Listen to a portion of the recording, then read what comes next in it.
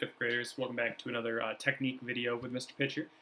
Today, in this video, we're going to be reviewing the concept of hand positions and finger spacing.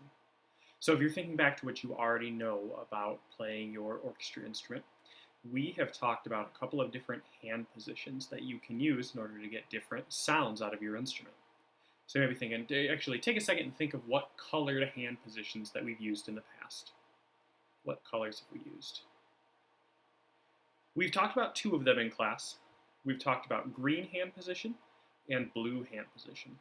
Now, when we get back to school next year, you're going to be able to see that there's a lot more different types of hand positions, but I kind of want to give you an overview and a review of some of the ones we've already done and maybe some things that there are coming forward for you to think about with hand positions. So, with the green hand position, we have used that for most of our songs in fifth grade. In green hand position, with any of these hand positions, we have our hand, and our fingers have a certain amount of space that goes between them, right? So we know that with a green hand position, our second finger, which is my middle finger, third finger, are right next to each other. They're buddies, right? So we sandwich them next to each other, and that becomes our green hand position. Now, if you hear about this from someone else, you might also hear about this as being called the 2-3 hand position, but I like to use colors because it helps keep it organized. So we're calling this the green hand position. Our second and third finger are close to each other, and one music theory term that we learned before we left school is that these two that are next to each other are called a half step. There are no notes in between them.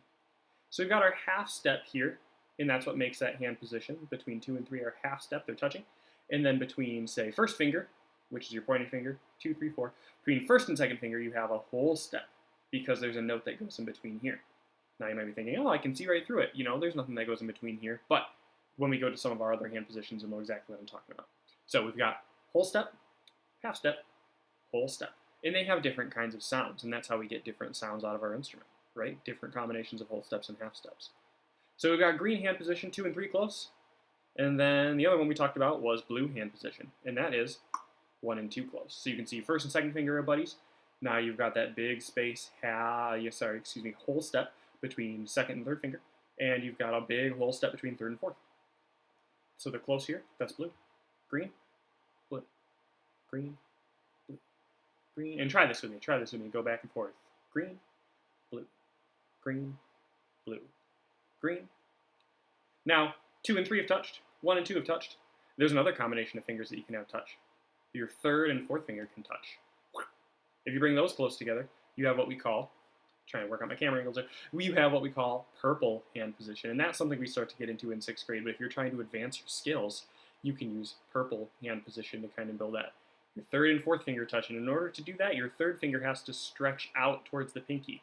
You don't want to bring the pinky in, but you want to take that third finger and stretch, and so you have big spaces. These spaces should always be kind of the same width, no matter what hand position you're in. So we've got our 3 hand positions now. Purple, green, blue, green, purple, green, blue. And that's an exercise you can try. I'm going to shake my hand out because it's tough sometimes to do that for a long time. So shake it out. Don't hurt your hand. Try going between them. Go, let's start with blue, 1 and 2, green, 2 and 3, purple, 3 and 4. And purple's tricky. Purple's even tricky for me. That ring finger, that takes some practice to stretch it out that way. So try going back and forth between those a few times. So when you get them on your instrument, I've got my handy-dandy viola right here, and you can see I don't have tapes on it, but I do have pencil marks. And those line up with the tapes that are on your instrument, right? First finger, first tape, second finger, second tape, third finger, third tape, fourth finger, fourth tape. And cellists, you know that your tapes are 1, 3, and 4, and then you shift to this higher tape when you get there. We don't have to do any shifting today, cellists, but just something to keep in mind, right? So when I play, I can adjust my hand positions to get different kinds of sounds. So I'm going to keep it upright right here so you can kind of see the tapes along with what I'm talking about, but just know that you would do this in normal playing position otherwise. So I'll be right here. I'm on my, let's take it, this is a viola, I'll take it on my D string. Lovely. So, first finger, first tape, E. If I wanted to be in green hand position, I bring my second finger all the way to the second tape. F sharp, G, fourth finger A, G, F sharp, E, D. Blue hand position, which we know is kind of the sadder sound, it makes that minor sound compared to the green hand position's major sound. F natural, low 2. See how they're touching?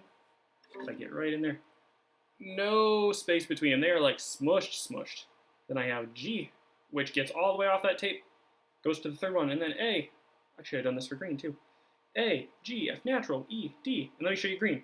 D, E, F sharp, G. See how they're smushed? They're right next to each other. I have big old fingers, and you can hardly tell that there's no space in between there. A, G, F sharp, E, D.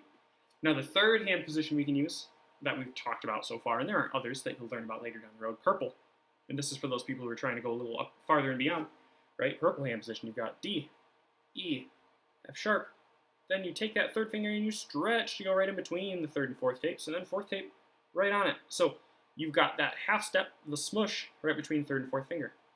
That's purple hand position. Cello players, next year you'll learn about something called an extension, and that's your purple hand position in cello land. So I left my bow right back here, so I'm going to go get it real fast as I talk to you guys. And I am going to play through these hand positions for you so that you know what they sound like. Now, my hand position drill, which we've done before, you got to do it 2 times on each note, go all the way up and down a string. So here's green.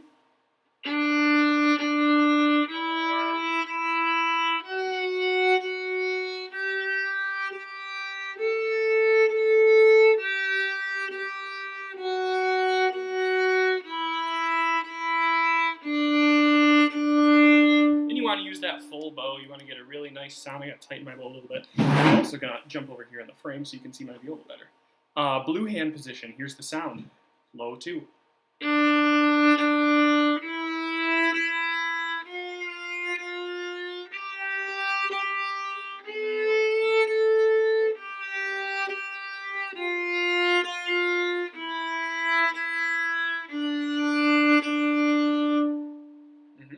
And then purple hand position. It's kind of like a combination of green and something new.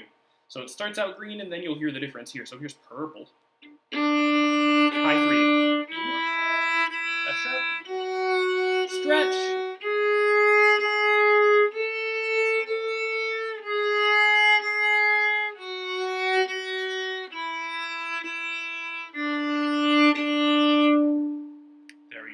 So green, blue, and purple are the 3 hand positions we know so far.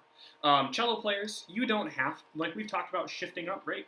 Going up and moving your whole hand together like an elevator. I'm not expecting you to do that on these at home, especially not without guidance like that. So cello players, you can just play open strings on any of these hand positions when you practice them, right?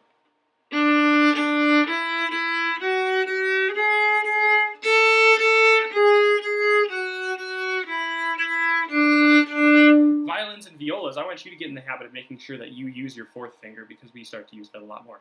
So, hand positions, making sure we can adjust to get different kinds of sounds. Those are very, very important for us as musicians as we go on, especially to get different kinds of music and play a bunch of cool things. So I'm going to leave that one at that today. Thank you guys for watching this. If you made it all the way through, give it a thumbs up because you're awesome and you will do that. So I'll leave you on this one, and I will talk to you later.